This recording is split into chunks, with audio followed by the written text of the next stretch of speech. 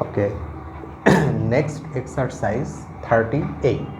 So here we have a finite abelian group G given to us, and a condition has been imposed on G, namely that if you consider this equation x to the power n equal to identity, then this equation has at most n solutions in G, and this is true for every positive integer n.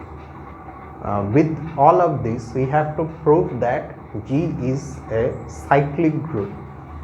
Okay, so let us see how the solution can be obtained.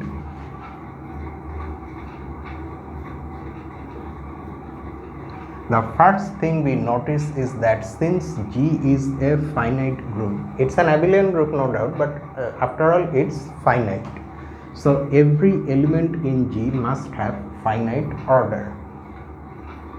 Since G is finite,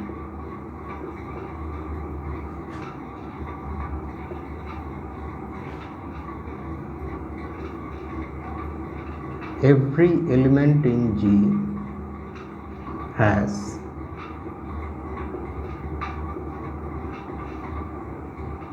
finite order. So that means there will be an element of largest order. Let, no matter how large the order is, there will be an element of largest order. In fact, there can be more than one element of largest possible order, but there will at least be one. Let A belonging to G be of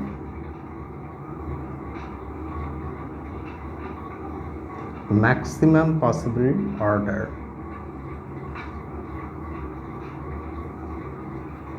and let that order be n. N is some positive integer. Every element in G has order less than or equal to n, and A is an element in G which has order n. So in that sense it is maximum. We claim that G actually is equal to the cyclic subgroup generated by A. If we can prove this claim, that will show that G is cyclic, G itself is cyclic. But contrary to this, suppose this is not the case. Suppose the cyclic subgroup generated by A is properly contained in G. Then there will be some element in G that is not in this cyclic subgroup. We can choose one such element. Let us choose an element B belonging to the complement of the cyclic subgroup in G, and also let M be the order of this element. Because every element in G has finite order, so this B in particular also has finite order. We are denoting that by M. Now note this. Now we are going to fact. We have used finiteness of G. We are now going to use the fact that G is also abelian. We have got two elements so far. One is this A, which has maximum possible order n, and the other one is B, which has some order m. And since G is now a finite abelian group, so by exercise 25, if you recall, there will be an element in G whose order is the least common multiple of m and n. That we are now going to use. Since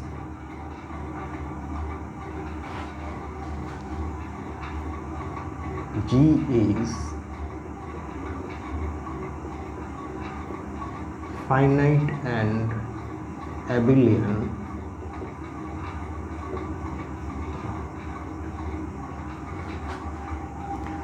in exercise 25, I don't think we needed finiteness. we only had an abelian group which had elements of some given orders. We had to show that there exists an element whose order is the least common multiple of those given orders. So we write, since G is abelian,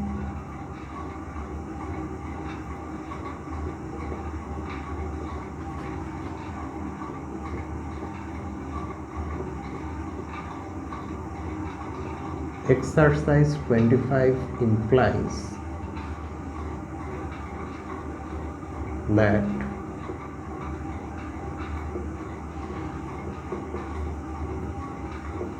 there exists some element C belonging to G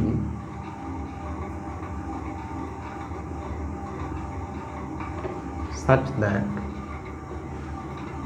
order of C is the LCM of n and m. Okay, so C is an element whose order is LCM of n and m. So this is a possible order. That means this is an order of an actual element in G, but n is the maximum possible order. So n will be greater than or equal to this order.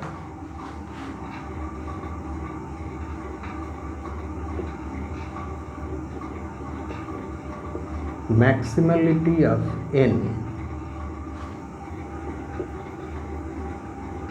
implies, or it doesn't sound good to write implies.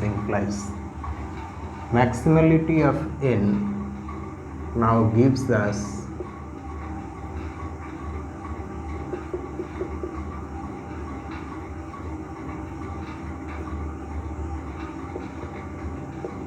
this inequality, but we also know this, because n and m are after all positive integers. So since this is a multiple of both n and m, so it will in particular be greater than or equal to n. Hence, n is equal to the LCM of n and m. And what does it mean? Since the LCM is a multiple of both n and m, so both n and m divide the LCM. Now the LCM has been found to be equal to n. So in particular, m divides n.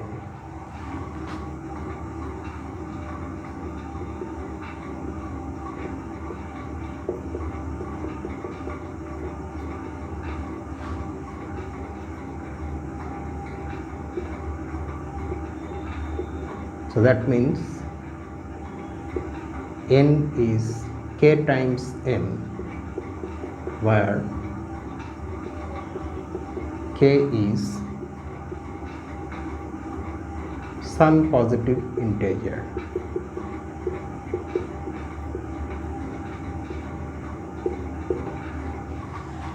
Okay.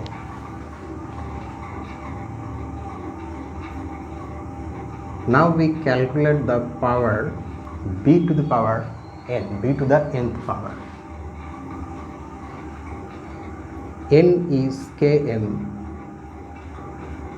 Using rules of exponent, we can write it like this.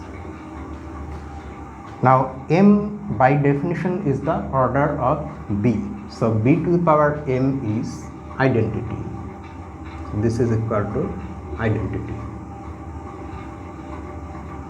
Thus, b is a solution of this equation.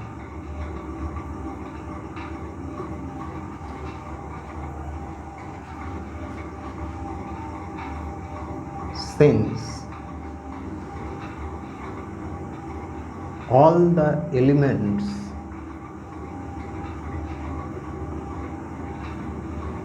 of the cyclic subgroup are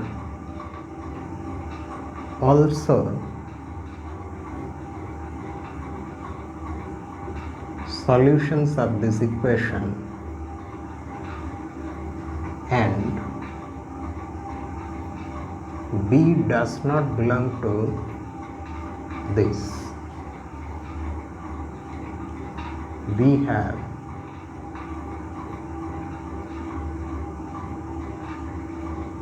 obtained n plus 1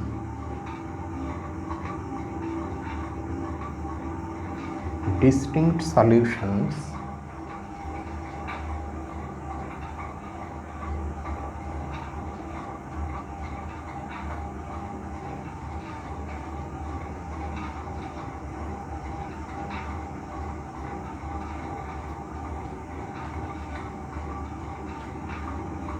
n plus 1 distinct solutions of x to the power n equal to identity. So what are we saying here? B is a solution of this equation. We have demonstrated that why that happens. Why is every element in the cyclic subgroup a solution to this equation? Note that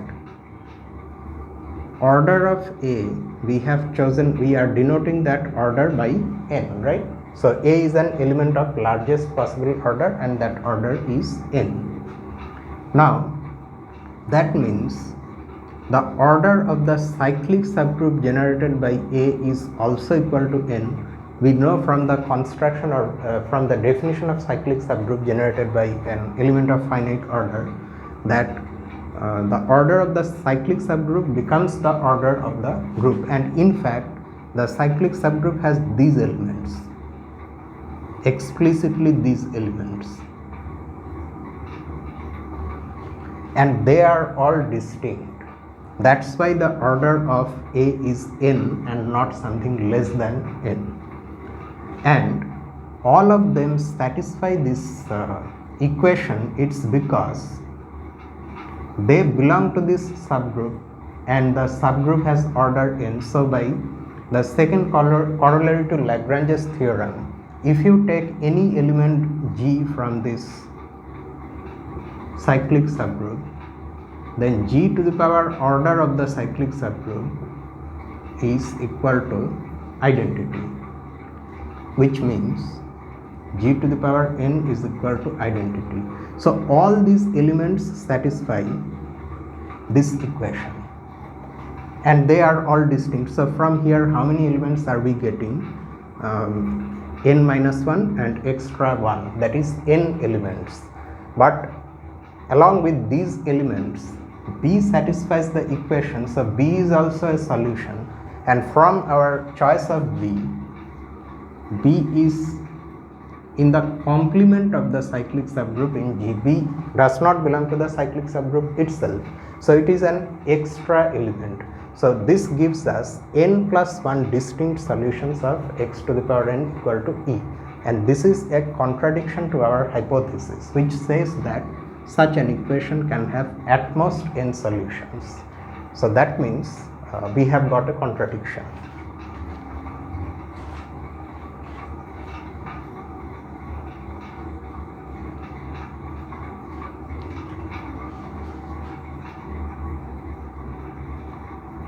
This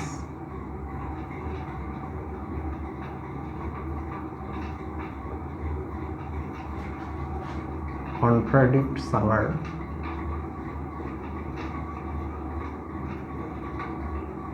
hypothesis.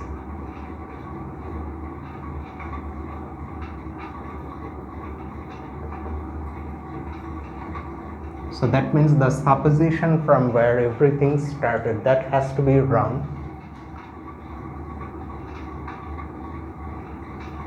That this is a proper subset of G is wrong. That is,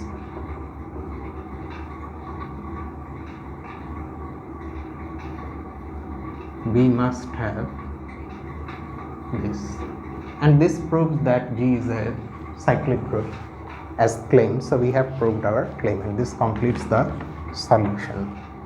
Next,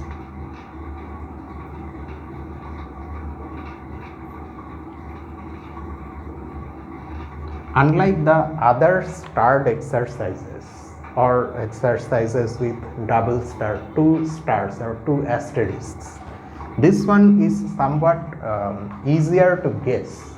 I mean, if you want to show that G is cyclic, what do you need? You need a generator.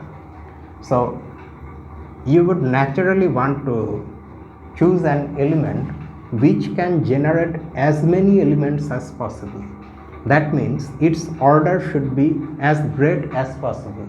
So that's how we chose A to be an element of maximum order, and in fact we were able to show this.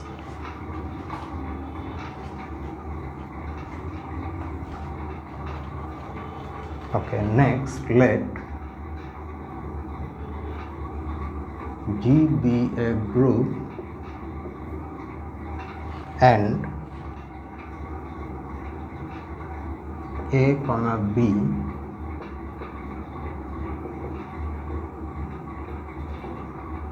subgroups of G.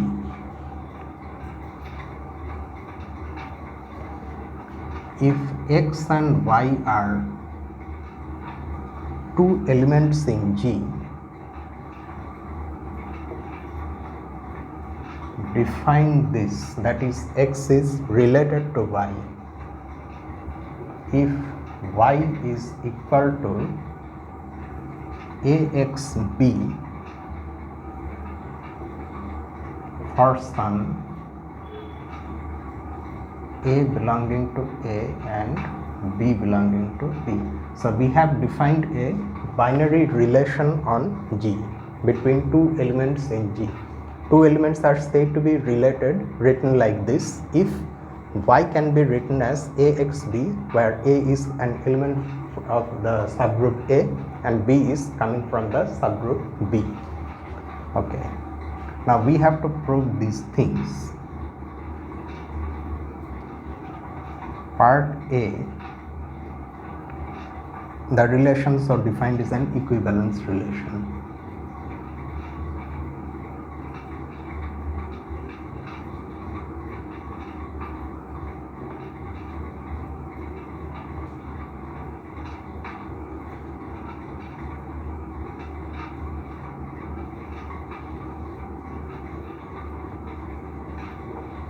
Okay, and part B,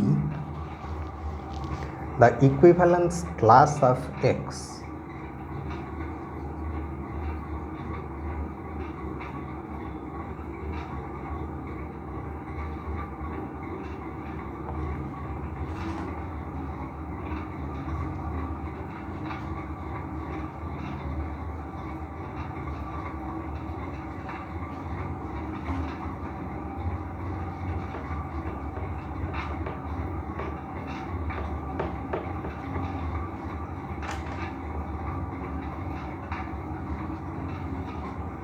equivalence class of X is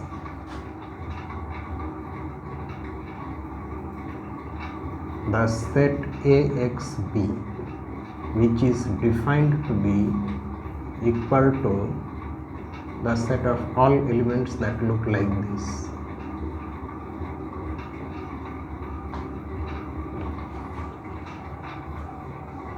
And these type of sets have a name. AXB is called a double coset.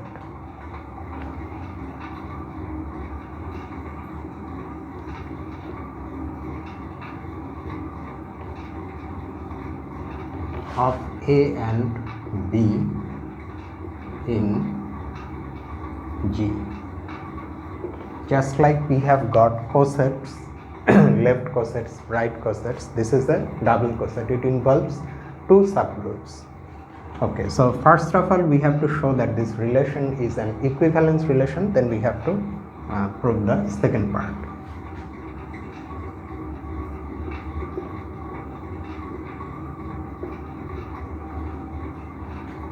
Let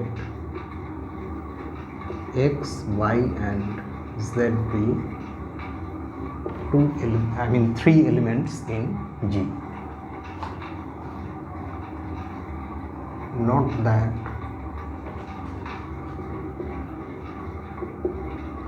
X can be written as EXE, where E is the identity element, and since A and B are both subgroups, so E will belong to both of them. Hence, by definition, X is related to X. So that means our relation is reflexive.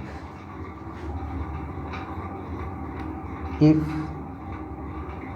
X is related to Y, then by definition Y is equal to AXB, where A belongs to A and B belongs to B. Then X can be written like this: A inverse Y B inverse. You can clearly see that you will get this from this one. Just pre-multiply both sides by A inverse and post-multiply both sides by B inverse. That will give us this one, where A inverse also belongs to A and B inverse belongs to B, because A and B are subgroups. Hence, by definition, Y is also related to X. So our relation is symmetric. And finally, if X is related to Y and Y is related to Z, then Y is equal to AXB and Z equal to, let us take A1 B1 because we need more A's and B's, and Z is equal to A2 Y B2, where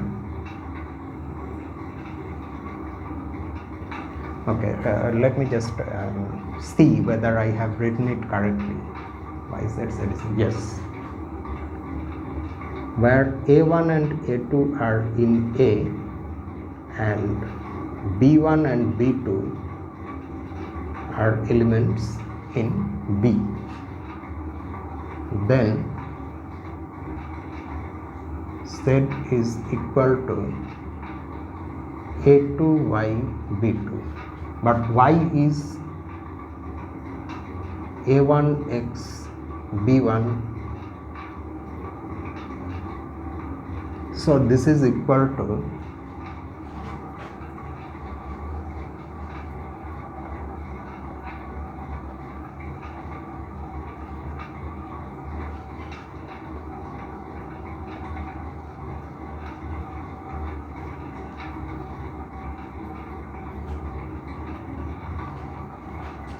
using associative law, we can write it like this: A1 A2 X B1 B2, where because A1 and A2 are elements of A, so their product is also an element of A, belongs to A, and B1 B2 like that it belongs to B. Hence, X is related to Z. So this proves that our relation is transitive, and that's why it's an equivalence relation. So the relation on G is an equivalence relation. So this proves part A. Now in part B we want to show that the equivalence class of X will turn out to be that set.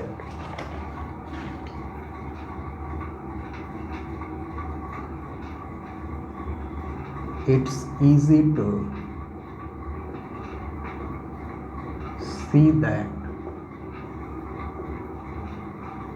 every element in AXB is related to X. Why?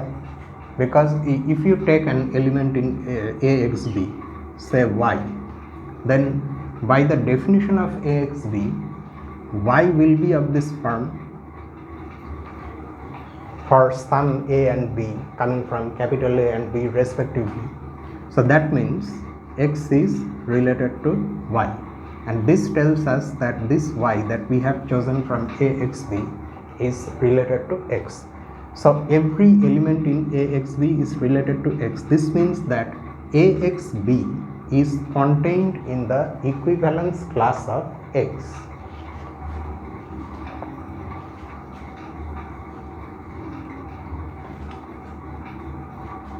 So AXB is contained in the equivalence class of X.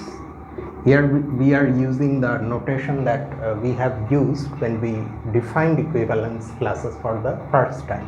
Okay, class of X means equivalence class of X. Conversely,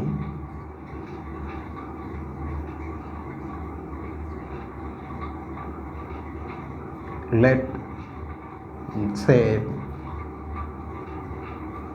U be an element in class of X, then U is related to X or X is related to U. You can in fact take any one of them. That is because our relation is symmetric. If X is related to U, then U is related to X. We already know that. And hence U is equal to AXB for some A belonging to A and B belonging to B. This is coming from the definition of this relation. But then U has the required form for it to be in this set, in the double coset. U belongs to AXB. Hence, class of X is also a subset of the double coset.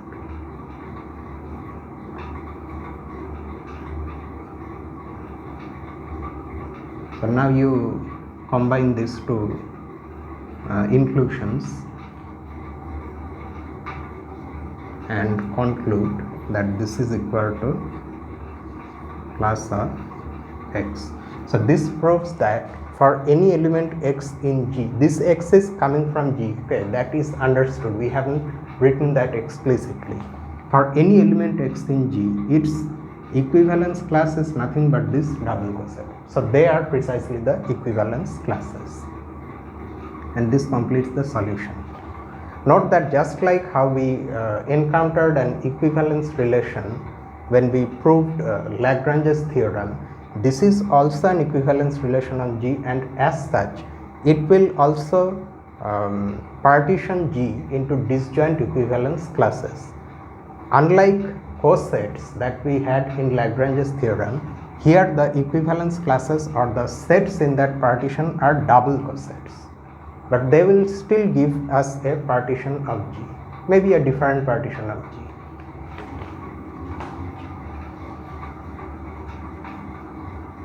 In fact, we will again come across double cosets when we prove in a later section Syllo's theorem, particularly in the second and third part of Syllo's theorem, I think, if I remember correctly. Next, exercise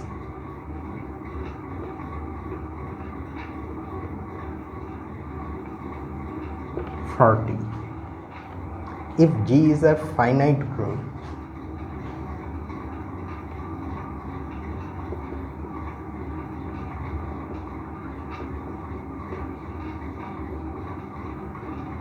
So it's not a double cosets and this equivalence relation, these are not just some whimsical construction, they are actually needed later on.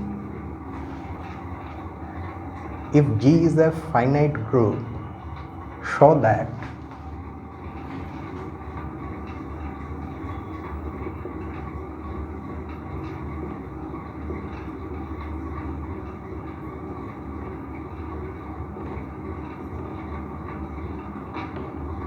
the number of elements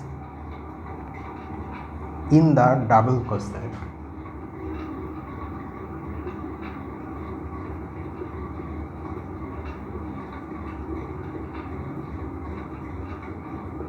AXB is this: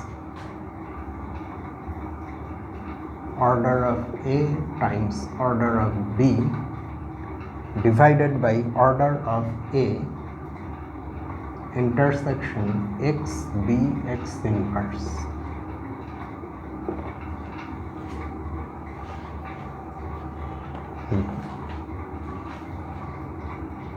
So here the solution is like this: by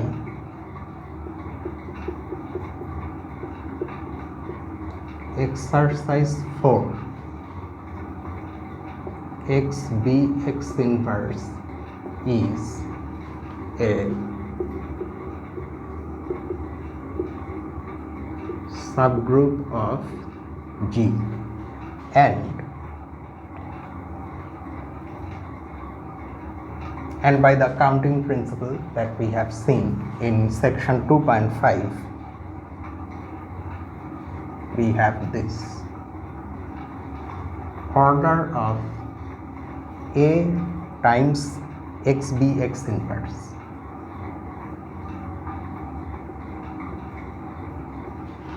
is equal to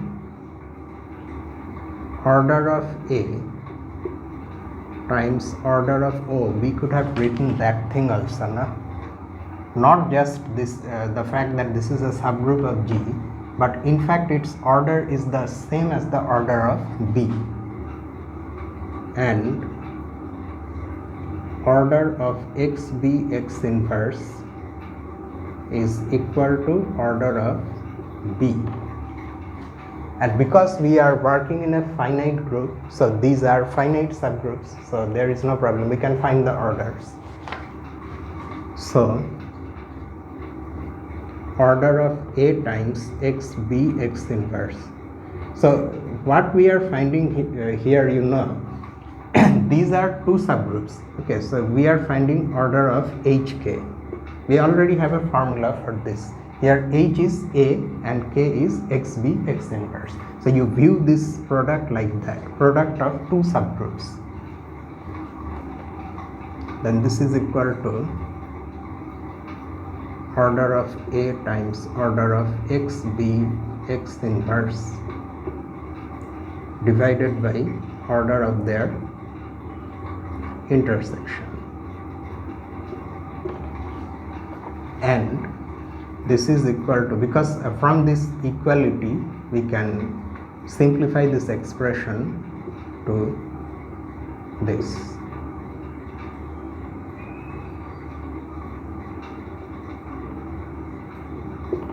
But we are not done yet.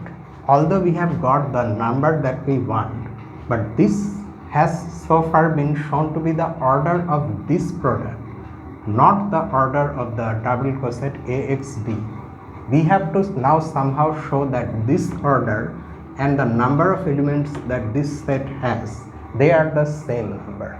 Okay, so the only way to show that is to establish a one-to-one correspondence between this set AXB X inverse and the double coset AXB, and that one-to-one correspondence we are now going to define.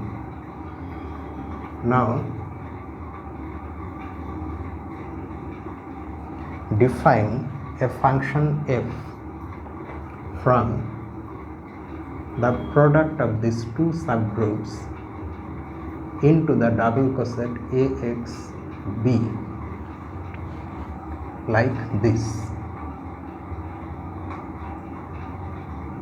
Ax Bx inverse, its F image is defined to be equal to Ax B.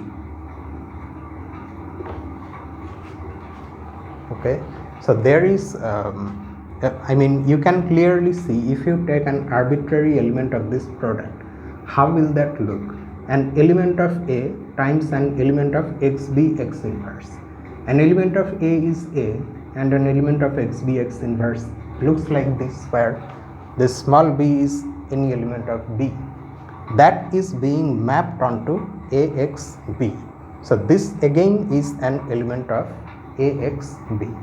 So as far as the domain and range are concerned, the elements look okay, but is the map well defined? Are we getting a unique output for every input? To see that, you just take two elements here which are equal and then try to show that their F images are also equal. In fact, we are going to do that. Let A1x B1x inverse A2x B2x, rather than taking the elements like this, let us take them like this. Let A1 and A2 be in elements in A and B1 and B2 be elements in B, such that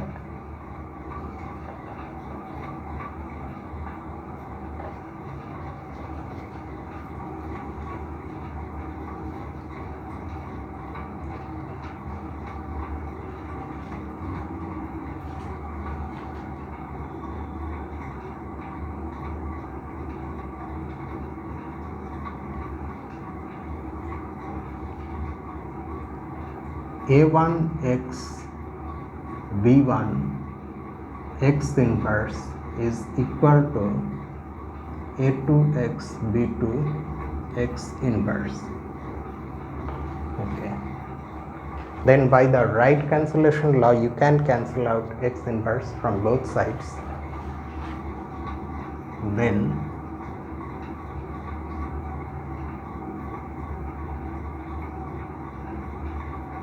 A1x B1 x inverse F, which is equal to A1x B1, that is equal to A2x B2. In this second equality, we have we obtain this second equality from this one by cancelling x inverse using the right cancellation law, and this is equal to A2x B2 x inverse F. So yes, if the inputs are equal, then so are the outputs. Thus F is well defined. Okay, now if is F 1 to 1, that is the question. Next question.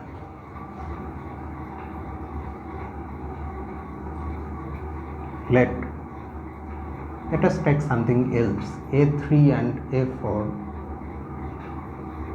be in A and B3 and B4 be in B, such that their F images are equal. F images of these elements. A3x A3, sorry, not A3, B3 x inverse F is equal to A4x B4 x inverse F. We now have to show that these two inputs are also equal. That would prove that the function is 1 to 1 or injective. Then By definition of f, this is a3x b3 and this is a4x b4. Now you just multiply by x inverse on both sides from the right, which implies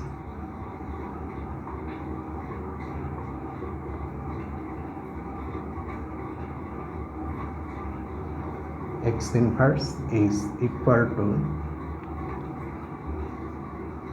a4x b4 x inverse. Hence f is 1-to-1 or injective, same. Now what is left for us to show is that f is surjective, which you can almost see. You take an arbitrary element from the range that will look like this. You have to find an input for which this is the output, and that input is this one. You just append an x inverse to this side of the element. That will give you the input from which the given element is coming as an output. Also, so here we are going to write it somewhat sketchily. It is obvious that f is onto or surjective.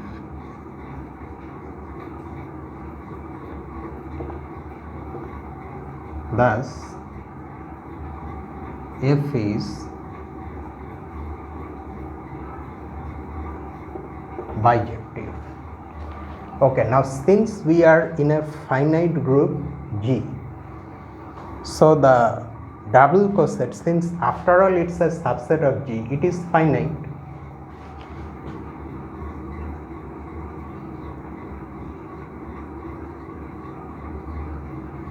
So it makes sense to talk about the number of elements of this set or its order, which mean the same thing. So order of this set, this bijection, the fact that f is a bijection proves that since this is finite, this is also finite, and or we in fact already have that from here. What I'm trying to say, I keep forgetting all the things. Here the main point is that these finite sets have the same number of elements, so their orders are the same.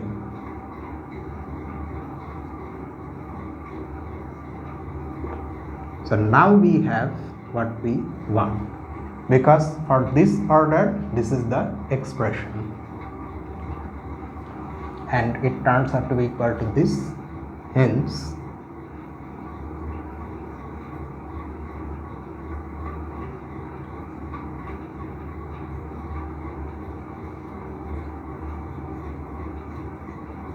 times order of B divided by order of this intersection. So this completes the solution. We will make use of this formula when we need double coset in proving Syllo's theorem.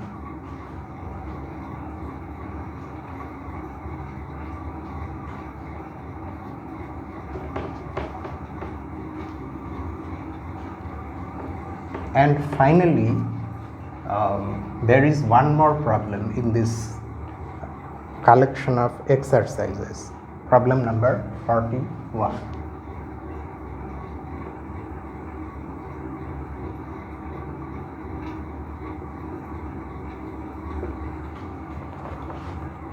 If G is a finite group and A is a subgroup of G,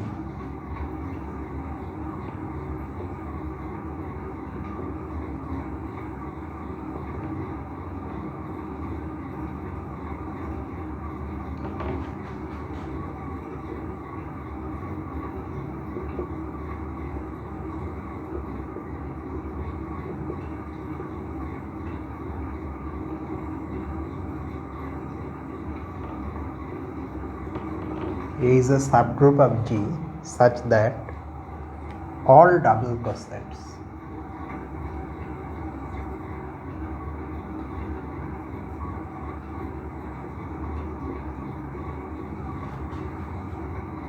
AXA. While writing a double coset, instead of taking two different subgroups, we can take the same subgroup also. Have the same number of elements.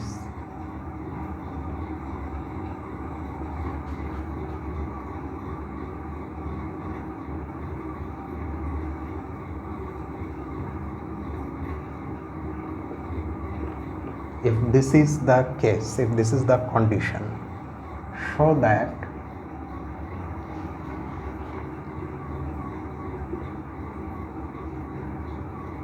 GAG inverse is equal to A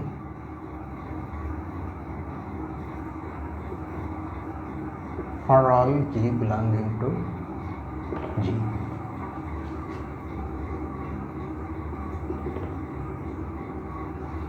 Okay.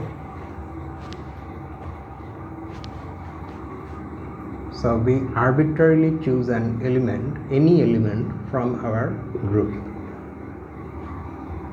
Then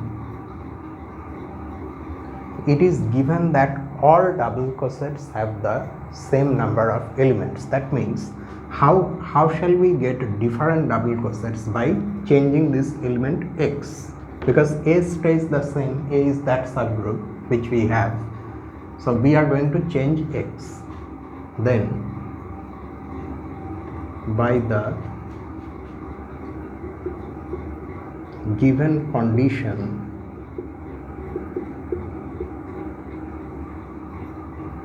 order of A is equal to order of AEA. E is the identity, so that gives us AA, which because of the fact that A is a subgroup and hence is closed with respect to the operation in G, AA will be equal to A. So this is equal to order of A. Now we can use the formula we have obtained in the previous exercise. Oh, but before that, no, not now, not so fast.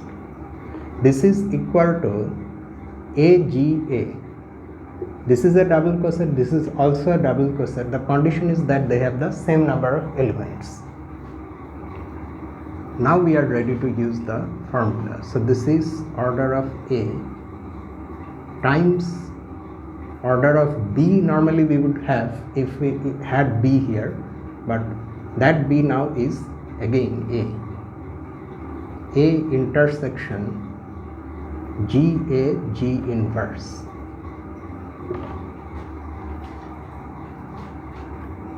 This implies, since order of A is a subgroup, so its order is a positive integer. So we can, after simplification, we can cancel order of A from both sides. After simplification, we get this. A intersection GA G inverse is equal to order of A, and hence, okay, now note that it's an intersection of two sets and one of them is already present here. So that means this is, since this is a subset of A and it has the same number of elements as A, so it has to be equal to A. That is, it cannot be a proper subset of A, because since A and this intersection are both finite sets, if this is a proper subset, A will have more elements than this intersection, but they have the same number of elements, so, and hence the sets themselves are equal.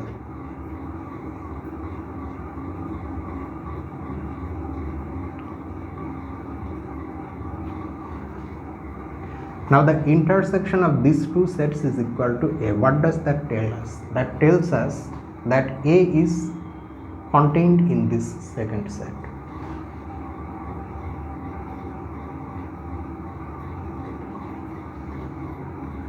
This again implies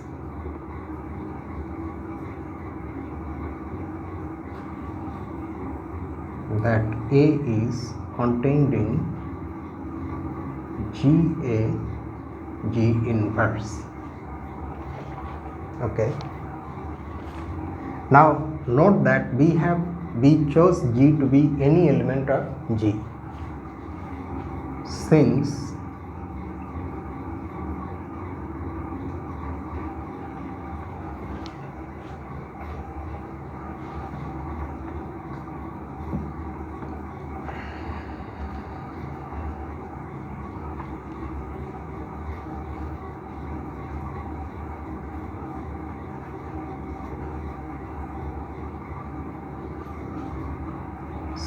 the last inclusion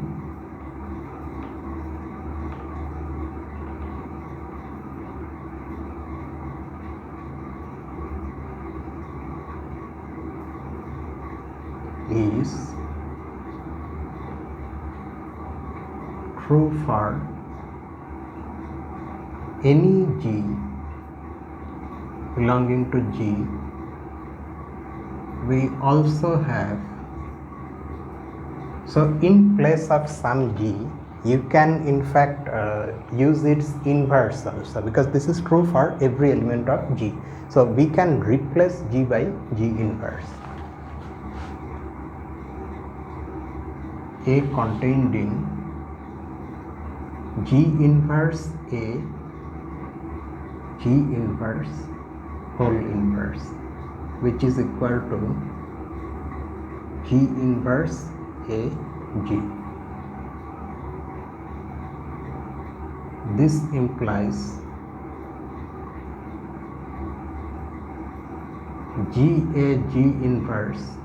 So if we now consider GA G inverse, then this A is contained in this. So GA G inverse will be contained in this.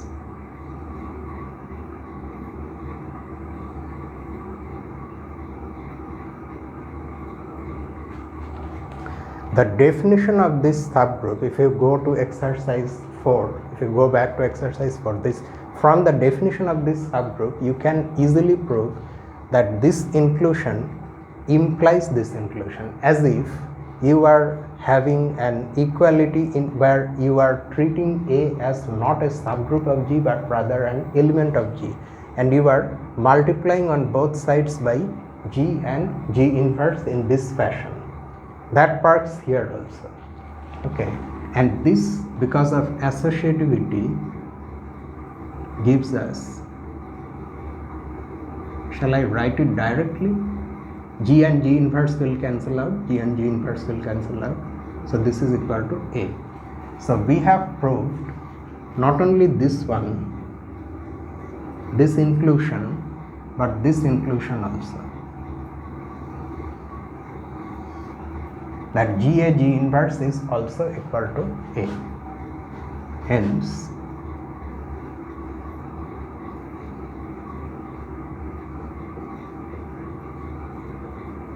this is equal to A, and because of arbitrariness of G, this is true for every element of capital G.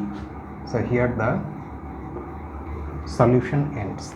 So with this entire set of exercises ends at the end of section 2.5. Now we will go back to ring theory, and we will start from where we left off. After doing some ring theory, we will come back to group theory again, and we will see in the next section the concept of normal subgroups and quotient groups. Okay, so I end the video here. So see you in the next video. Until then, it's me, Lucifer, from a mathematical room. Have a nice night.